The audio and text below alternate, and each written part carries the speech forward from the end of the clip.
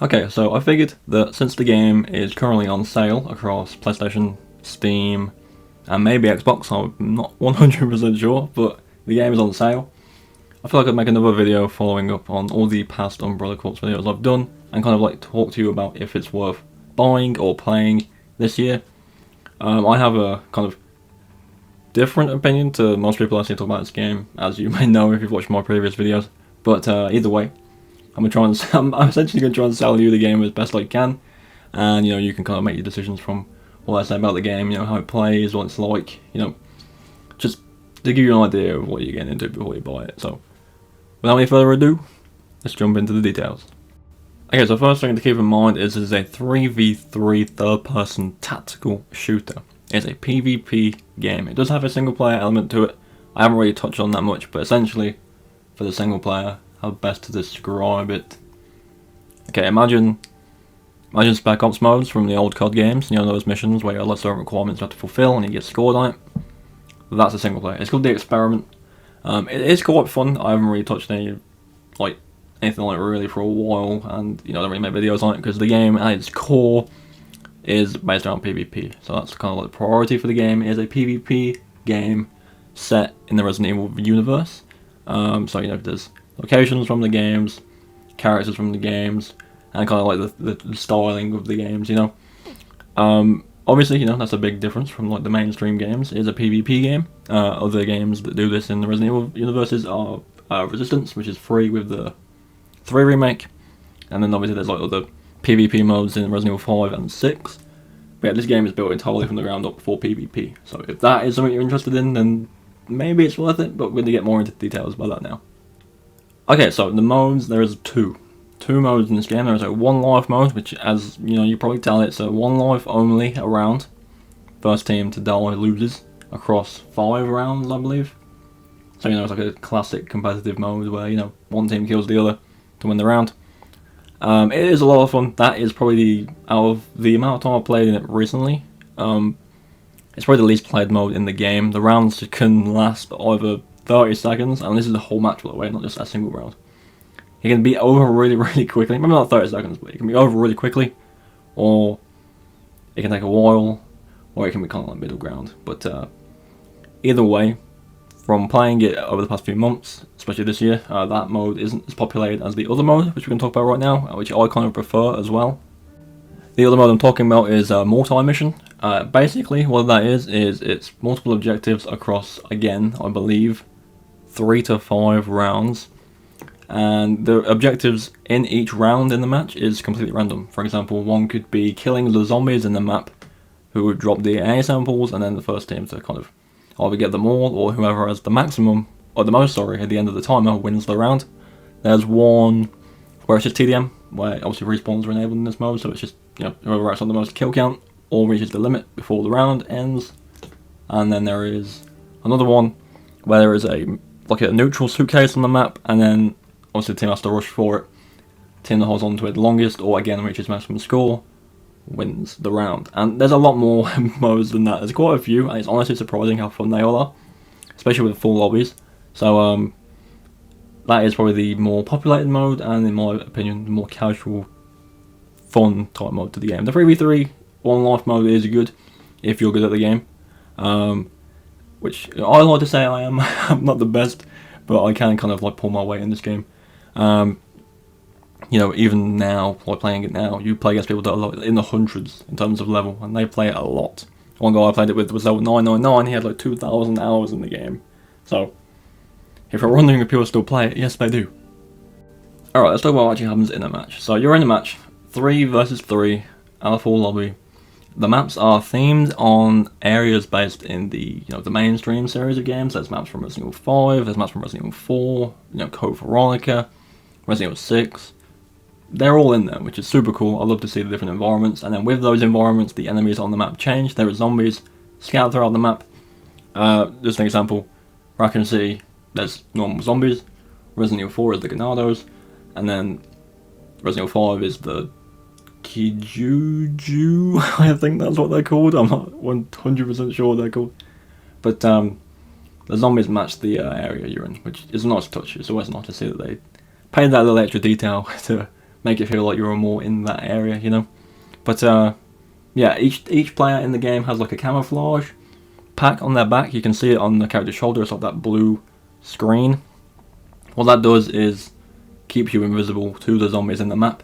You can destroy that on players and then zombies will attack them. Zombies in this game are quite tanky and they do a reasonable amount of damage. The amount of time I've been killed by crows in this game is ridiculous.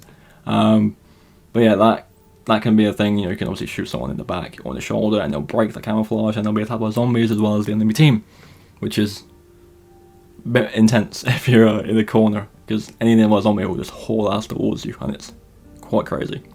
There's also cover elements in this game. You can take cover on walls, you can kind of like slowly peek doors and stuff like that.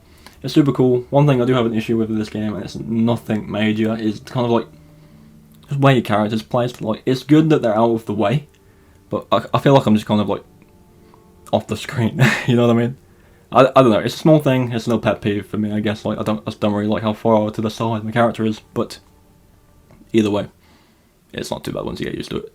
In terms of ADS, I believe if you just like push the trigger a little bit, you'll third-person aim, and then if you pull it all the way in, you'll aim down sights, which is super cool. I actually really like that.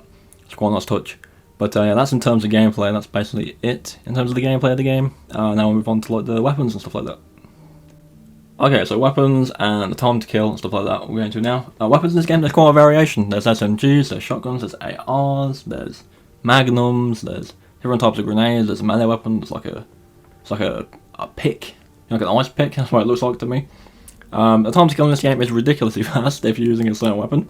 The shotgun is a very good choice, and the SMG I use is kind of the default weapon, but I think I've upgraded it a little bit. It feels really nice. It can be sometimes a bit weird with the time to kill. Like sometimes it'll take not long, and then sometimes it'll be like, oh my god, how many bullets is it going to take? And that's purely based off of like the damage fall off. The damage fall off in this game is very weird in terms of certain weapons. Like, you can be like one step further back and it'll take a lot longer to kill. But it's not really a big deal, and of course there is variations of weapons. There's a lot of customization. You know, you can change attachments, you can change camos, scopes, all that kind of stuff. And you can kind of customize your character too. You can have different types of helmets, you can have little like stickers and that on your armor. There is some special unlocks where you can kind of like your head turns into like Chris or Wesker or something like that, which is pretty cool. And you see a couple people running around with that, which is pretty fun. But no, the gunplay in this game I actually quite enjoy. Like, apart from the zombies being like bullet sponges at times, and the ammo you have being quite not limited, but if you do end up fighting zombies as well, you kind of run out very quickly. I know killing the zombies isn't the point unless it's like the objective of the round, but you can lose ammo very quickly, which can be annoying at times. But again, in terms of actually fighting other players with a weapon, for the most part, it's pretty like consistent. Like, you don't have much of an issue trying to kill anyone, as long as obviously, you know, you're aiming for headshots and have the advantage in terms of who shot first, because that's always kind of like a key for these type of games. But yeah, the gunplay feels amazing, honestly. Okay, now the big question, this is probably the biggest question out there for anyone who wants to get the game nowadays, is the player base alive? And that depends, apparently. I've covered this topic in the past on multiple videos for this game. I play on PlayStation, which apparently is the best platform to play on, apparently. I don't really check the numbers or anything like that, but okay, I'm from the UK, so around the evening to the kind of, not late at night, but from evening to about 1 AM here, it's reasonably quick to find a game. Not super fast, it takes a while, like 5 minutes maybe to find a game that's like startable, because it can only start with 4 players, but it does happen. I tried once in the afternoon, like 1 PM to 3 PM, and it found a match, but it took a little bit longer, and in the morning it just didn't work. In the morning time it just didn't work. I don't really play video games in the morning anyway because I'm way too tired. But I tried it once in the morning and it didn't do anything. So again, obviously that depends on region, depends on what platform you're playing on. I'm not sure about Xbox. I think on PC there's a pretty good way of checking. You can just check like the play count on Steam. So if that is something you're interested in, then you might want to check the player base on this game on Steam. If not, and you have access to a PS4 and a PS5, it's obviously where you can play it, then it's probably your best bet to play on PlayStation, because apparently the game is more popular on a PlayStation than any other platform. Again, I don't know if that's true, but that's just what I've been told. So take that with what believableness, if that's a word, that you want, because I'm not 100% sure. And now, kind of like the last kind of like, my own personal opinion as to whether the game's worth it. I would say so. It's pretty cheap. It's definitely a cheap game right now. It is fun. You'll definitely get some fun out of it, that's for sure, especially if you like this type of game. I think the bonus for me is, although it's not a good Resident Evil game, because it is it's a PvP focused Resident Evil game, so it's not really the best. But it's nice to have that Resident Evil skin on it for me, just to look at it visually and go, oh my god, it's all these characters and these locations from Resident Evil, it's super cool. That for me makes it better, because you can kind of forgive it at that point, because it doesn't have a story really. There is a kind of a story in the game, but it's not canon or anything like that. It's just an in-game story as to why you're fighting each other. But you know what? Again, it's the Resident Evil skin for me that does it as well, because I like PvP games. I play PvP games quite often, unlike my downtime from making videos and stuff like that. So I do play this game occasionally when I'm not doing anything else, and it is a blast to play. So if you're into PvP games, if you like Resident Evil games, or the style of Resident Evil, then it'll be fun. And you know what?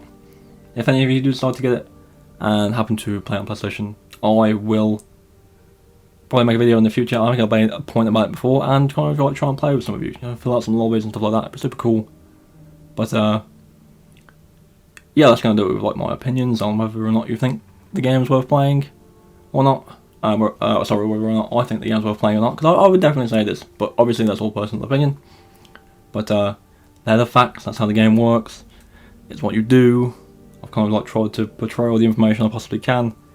So yeah, I think that's gonna do it. Thank you all for watching. Let me know what you think about the game in the comments below. Let me know if you've played it or are thinking about playing it. And as always, if you're interested in more Resident Evil content, then drop a subscribe and turn on notifications for videos and streams. And I'll see you all tomorrow.